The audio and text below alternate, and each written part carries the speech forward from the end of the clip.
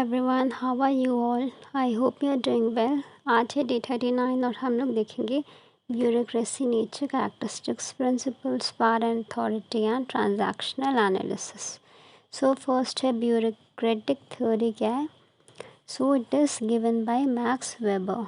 हम लोग जो फर्स्ट देखे थे ऑर्गेनाइजेशनल बिहेवियर का थ्योरीज, न्यू क्लासिकल और सिस्टम अप्रोच। तो जो क्लासिकल अप्रोच है उसमें फर्स्ट सिस्टमैटिक, एडमिनिस्ट्रेटिव और उसके बाद ब्यूरोक्रेटिक अप्रोच है। तो उसी का फर्दर हम लोग देखते हैं। सो it is given by Max weber. ये एक जर्मन साइंटिस्ट है जो बताते हैं कि ब्यूरोक्रेसी एक highly structured, formalized and it is an impersonal organization. So ये हाईली स्ट्रक्चर्ड है, ठीक है। वहाँ पे जो स्ट्रक्चर होता है ट्रायंगल फॉर्म में, सबसे लोवेस्ट फिर ऊपर, उससे ऊपर। सो ये एक स्ट्रक्चर वाइज है, फॉर्मल ऑर्गेनाइजेशन है जहाँ पे इम्पर्सनल रिलेशनशिप एग्जिस्ट करता है। So he also instituted the belief that an organization must have definite hierarchy structure. एक हायरार्की होना चाहिए, जैसे टॉप लेवल मैनेजर बॉस होते हैं, उसके अंदर जो सीनियर हेड प्रोडक्शन डिपार्टमेंट के, उसके अंदर वर्कर्स रहते हैं। तो एक हायरार्किकल स्ट्रक्चर में ऑर्गेनाइज होना चाहिए, क्लियर रूल्स रेगुलेशन होना चाहिए and proper line of authority भी होना चाहिए जो ऑर्गेनाइजेशन को गवर्न करे।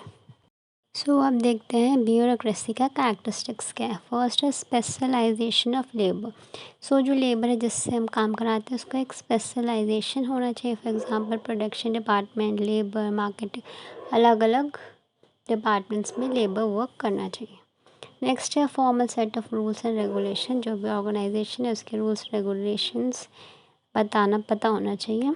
Next is well defined hierarchy. एक हायरार्किकल सीक्वेंस में होना चाहिए, टॉप टू बॉटम।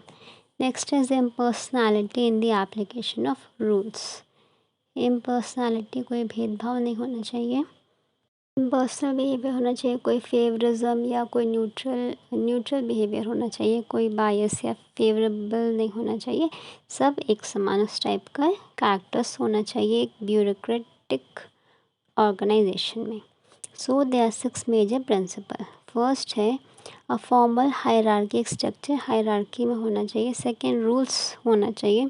थर्ड है फंक्शनल स्पेशलिटी ऑर्गेनाइजेशन, हर एक लोगों का जो स्किल के अकॉर्डिंग उसका अलग अलग डिपार्टमेंट होना चाहिए और उसके फंक्शंस के अकॉर्डिंग उन्हें जॉब मिलना चाहिए। नेक्स्ट इज अप फोकस्ड और इन फोकस्ड। अप फोकस्ड है अगर हम लोग का कंपनी का मोटिव रहेगा बस बोर्ड ऑफ डायरेक्टर्स को खुश करना या फिर मैनेजर्स या स्टॉक होल्डर्स को खुश करना, so that will be up focused mission. और इन फोकस्ड मिशन हम लोग अंदर, कंपनी के अंदर की चीज़ है, जैसे प्रॉफिट मैक्सिमाइजेशन, वेल्थ मैक्सिमाइजेशन, ये सब पे फोकस करेंगे, कंपनी पे फोकस करेंगे। That is in focused function. Next is impersonal, that is treating all the employees equally, कोई फेवरिज्म, पार्शियलिटी नहीं होना चाहिए और एक न्यूट्रल बिहेवियर होना चाहिए एक ऑर्गेनाइजेशन में। Last is employment based on technical qualification. So कभी भी प्रमोशन होता है या फिर ऊपर या फिर ट्रांसफ़र होता है, उस केस में हम लोग क्वालिफिकेशन और स्किल देखें बेस्ड ऑन टेक्निकल नॉलेज और उसके अकॉर्डिंग हम लोग उसे प्रमोशन देंगे। So this were the 5 major principles of bureaucracy theory. Next is power and authority. Power क्या होता है? The probability that one actor within a social relationship will be in a position to carry out his own will despite resistance. तो power होता है कि कोई भी social relationship में अगर वो पोजीशन कैरी आउट कर रहा है, अगर उसको कोई पोजीशन मिला है तो वो अपना काम करेगा ही। अगर उसको कोई रोक भी देगा तो वो नहीं रुकेगा, उसका जो पावर है वो एग्जीक्यूट करेगा। Next is authority. Authority is a command with a given specific content will be obeyed. अगर जैसे टीचर कोई अथॉरिटी देती, होमवर्क देती है तो स्टूडेंट्स उसे करके आते हैं। सो दैट इज़ अथॉरिटी, क्योंकि टीचर के पास वो अथॉरिटी है स्टूडेंट से अपना काम करवाने का। So it is the right to assign task and responsibility and enforce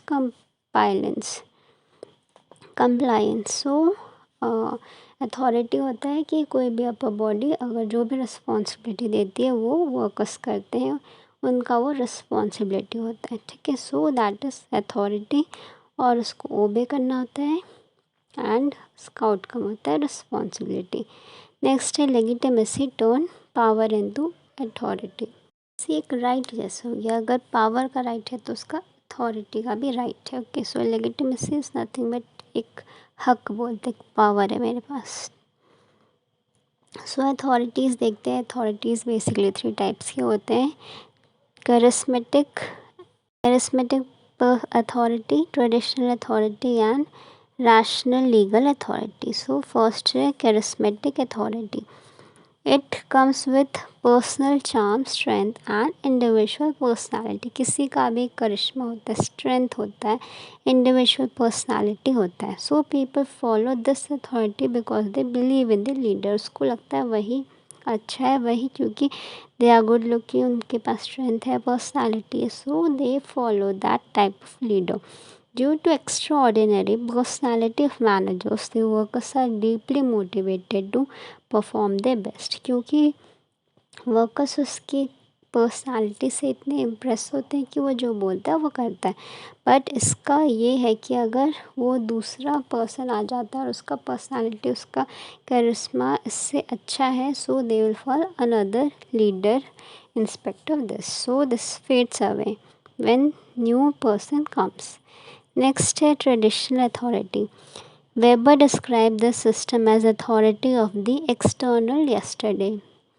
सो इसका गुड एग्जांपल है एक मोनार्की जैसे पिछले ज़माने में होता था कि कोई राजा है, उसका बेटा वो रूल करेगा, उसके बाद उसका डेथ हो जाएगा तो उसका बेटा रूल करेगा। तो ये इनहेरिट क्वालिटी है, क्वालिटी नहीं, इनहेरिट जो चलता आया है, तो इससे कोई भी चैलेंज नहीं करते थे, ठीक है। So Weber believe that traditional authority creates and preserve inequality, क्योंकि बस जो राजा की फैमिली का है या फिर जो किंग्स रूल करता है उसी के फैमिलीज़ को ये हक मिलता है। सो ये एक इनइक्वालिटी सिचुएशन क्रिएट कर देता है।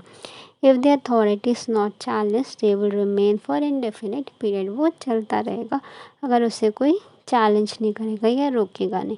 And last is rational legal authority. Rational भी है, लीगल भी है। रैशनल मतलब इक्वल फॉर ऑल, और लीगल मतलब लीगल एंड अप्रूव्ड है। So it is known as legal or bureaucratic authority. An individual or ruling group's experts power based on legal office. अगर उसे लीगल पावर दिया गया, लीगल अथॉरिटी दिया हुआ है, तभी वो रूल कर रहा है या फिर वो लीडर बना हुआ है। Once they leave the official position the authority is lost. अगर वो पोजीशन छोड़ देते हैं तो अथॉरिटी भी चला जाता है। Those who govern have the legal right to do so. Weber noted they rationally creates rules from the foundation of this authority. और तो इसका एक एग्जांपल है डेमोक्रेटिक लीडरशिप, क्योंकि डेमोक्रेटिक लीडरशिप को पीपल चूज़ करके लीडर बनाते हैं। सो उसके पास एक अथॉरिटी रहता है to rule and to govern the people. So एक लीगल भी है ये, और उसके पास अथॉरिटी भी है। And it is rational because वो सबके लिए सोच करके कर रहे हैं। Is is taking all the decisions for the betterment of all the people. Fine, so इतना ही है। Next will see transactional analysis. It is a method used to analyze the process of transaction in communication with others. It requires us to be aware of how we feel, think and behave during interaction with others. So ये एक method है जिसमें हम analyse करते हैं कि जब हम दूसरों से बात करते हैं तो हम क्या फील करते हैं, क्या सोचते हैं या कैसे बिहेव करते हैं। सो इसका 3 ईगो स्टेट्स है। फर्स्ट है parent, second adult and third child state. So parent state होता है that which is copied from parent figure. जो भी पेरेंट्स बोलते हैं हम उसको कॉपी करते हैं, जो भी रूल स्टैंडर्ड सेट करते हैं हम उसको फॉलो करते हैं। ये करना चाहिए बोलते हैं वो करते हैं, नहीं करना चाहिए नहीं करते हैं। एंड वी जज पीपल, जैसे हम करते हैं वैसे हम लोगों को भी वैसे ही जज करते हैं। नेक्स्ट हम लोग देखते हैं चाइल्ड स्टेट। चाइल्ड स्टेट क्या होता है, जो हम लोग चाइल्डहुड से देखते आए हैं। चाइल्डहुड में क्या होता है कि हम चाहते हैं कि लोग हमें लाइक करें, लोग हमें प्रेज़ करें। सो ये एक सबमिटिव या फिर टिमिड बिहेवियर क्रिएट कर देता है जब हम अलाउ करते हैं दूसरों को कंट्रोल करने का। मेरा डिसीजन है, अगर दूसरे खुश है so I am doing a good thing, अगर दूसरे नाराज़ है so I am not doing good thing. ये एक चाइल्ड स्टेट का थिंकिंग रहता है। And the best one is adult state. Adult state क्या होता है? Behaviour, thoughts, feelings as response to the here and now. जो भी अभी मेरा फीलिंग्स आ रहा है that will be adult stage. तो ये कॉन्शियस कंट्रोल हम लोग सोच समझ करके जो भी करते हैं वो हम सोच समझ के करते हैं, रैशनल वे में करते हैं। तो ये एक मोर ओपन वे है। हम लोग कुछ भी पार्टिसिपेटिव कोलैबोरेटिव करते हैं, एक साथ मिल कर के कुछ भी डिसीजन को एक्सेप्ट करते हैं, जो गलत वो एक साथ मिल कर के सॉल्व करते हैं। So these are more curious people, open minded, and they also respect the opinion of others. So that's all for today. फिर से एक बार रिवाइज करते हैं। ट्रांजैक्शनल एनालिसिस होता है जब हम लोग दूसरों के साथ कम्युनिकेट करते हैं, तो जो भी फीलिंग्स आता है, थिंकिंग, जो भी सोचते हैं या फील करते हैं उसे हम बोलते हैं ट्रांजैक्शनल एनालिसिस। 3 स्टेट है। पेरेंट स्टेट, जो पेरेंट्स से कॉपी करते हैं। चाइल्ड का, जो चाइल्ड जैसा करता है, who likes to please others. And last is adult stage, जो हम लोग अपना दिमाग से सोच समझ करके करते हैं, that is adult state. So that's all for today. Thank you.